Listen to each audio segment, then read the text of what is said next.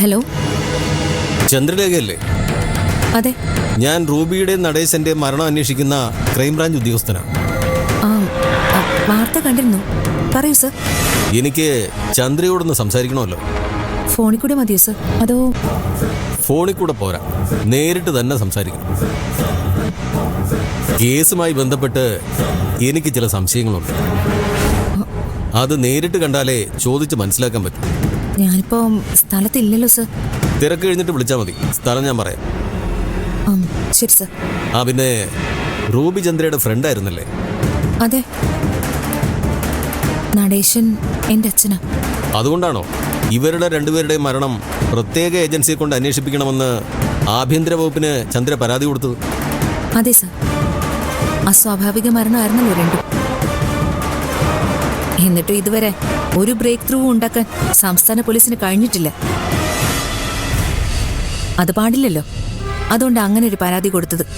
Okay, എന്നാ വൈകാതെ കാണാം. ശരി സർ.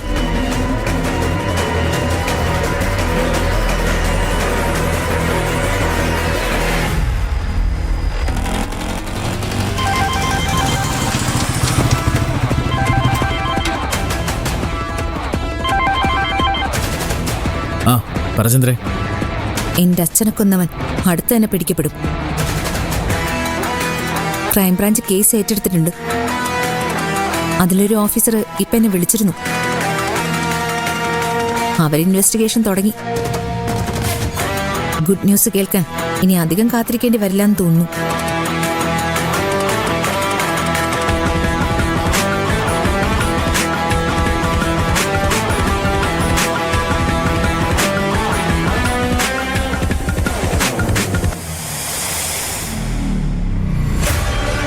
എനിക്ക് മടുത്തു. ജീവിതം മടുത്തുന്നാണോ അതോ ഇവിടുത്തെ താമസം മടുത്തുന്നോ? രണ്ടും മടുത്തു. അതുകൊണ്ട് ഞാൻ ഇവിടുന്ന് പോവാൻ പോവാ. എങ്ങോട്ട്?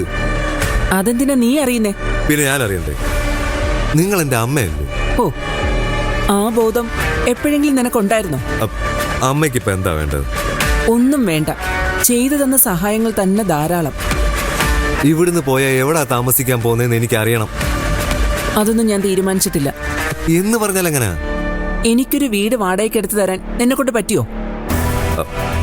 കഴിവില്ലാത്തവൻ കൂടുതൽ വർത്തമാനം പറയാൻ നിൽക്കണ്ട. അമ്മ കാണിക്കാൻ പോകുന്നത് മണ്ടത്തരവാ.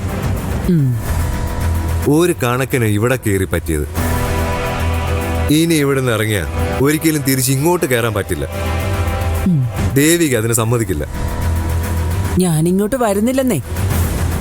എന്താ അമ്മയുടെ പ്രശ്നം? എന്റെ പ്രശ്നം കാശാ. നിന്റെ അതില്ലല്ലോ. എങ്കി മിണ്ടരുത്. ശരി, എങ്ങോട്ടാന്ന് വെച്ചാ പോക്കോ. പക്ഷേ ഒരു കാര്യം, പുറത്തിറങ്ങിയിട്ട് എനിക്കെതിരെ നീങ്ങരുത്. നീങ്ങിയ അപ്പോ അങ്ങനെ ഒരു പേടി നിനക്കുണ്ട്? എനിക്കാരെയും വിശ്വാസമില്ല, അമ്മയടക്കം. ഞാൻ ആരാണെന്ന വിവരം ഏറ്റവും കൂടുതൽ അറിയാവുന്നത് അമ്മയ്ക്കാ. അമ്മ പറയുന്നത് എല്ലാവരും വിശ്വസിക്കുകയും ചെയ്യും. ആ സാഹചര്യം മുതലെടുക്കാൻ നോക്കിയ അറിയാമല്ലോ എന്നെ.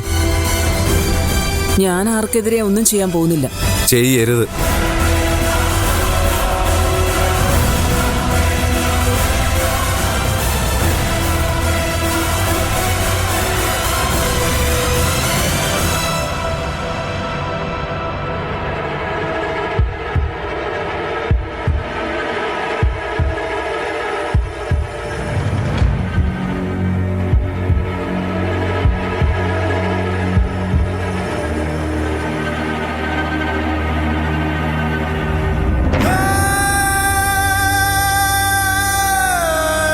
ദേവികയുടെ അച്ഛ, എന്നോട് ക്ഷമിക്കണം.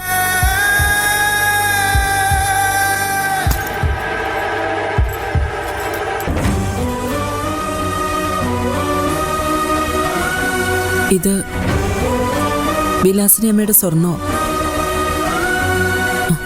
ഇത് ഞാൻ എടുക്കുക.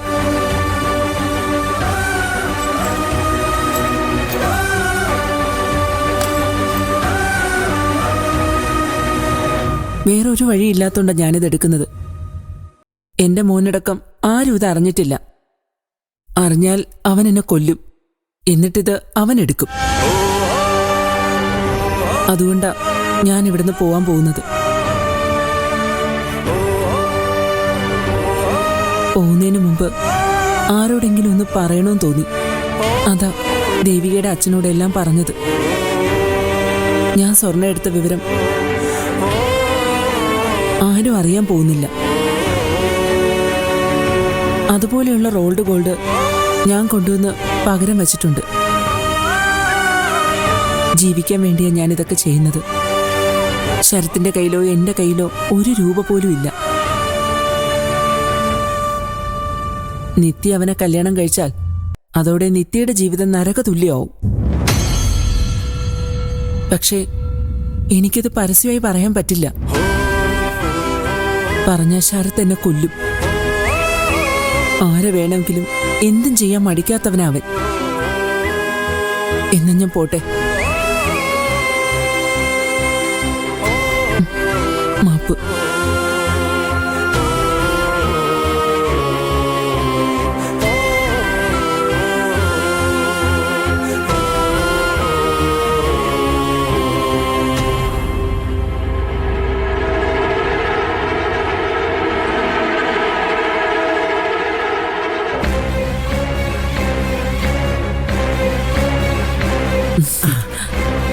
ഇത്ര പെട്ടെന്ന് വന്നോ?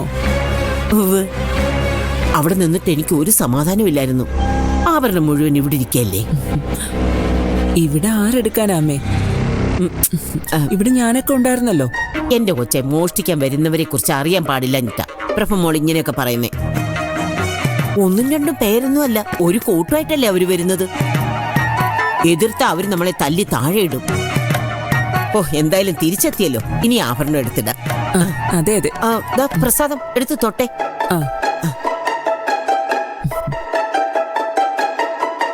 പ്രഭമോളൊന്ന് വന്നേ. എന്താ അമ്മേ? ആഭരണം ഇടണ്ടേ? ആ മാലയുടെ കൊളുത്തൊന്നിട്ട് തരണം. അത് വേണോ? വേണം വേണം. നാളെ പ്രഭമോളുടെ കയ്യിലേക്ക് തന്നെ വരാനുള്ള സ്വർണ്ണ. കല്യാണം കഴിയുമ്പോഴേ. അതറിയാം.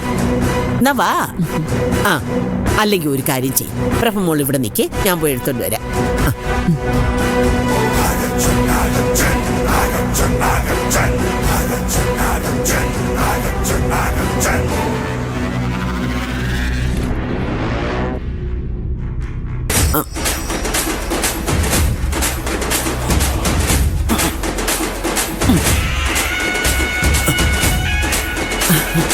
പ്രഭമോളെ, ദേ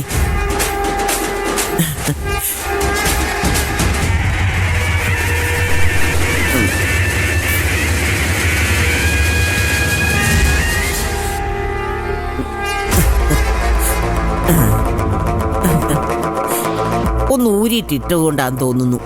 നല്ല പുതിയതുപോലെ ഇരിക്കുന്നല്ലേ പ്രഭമോളെ?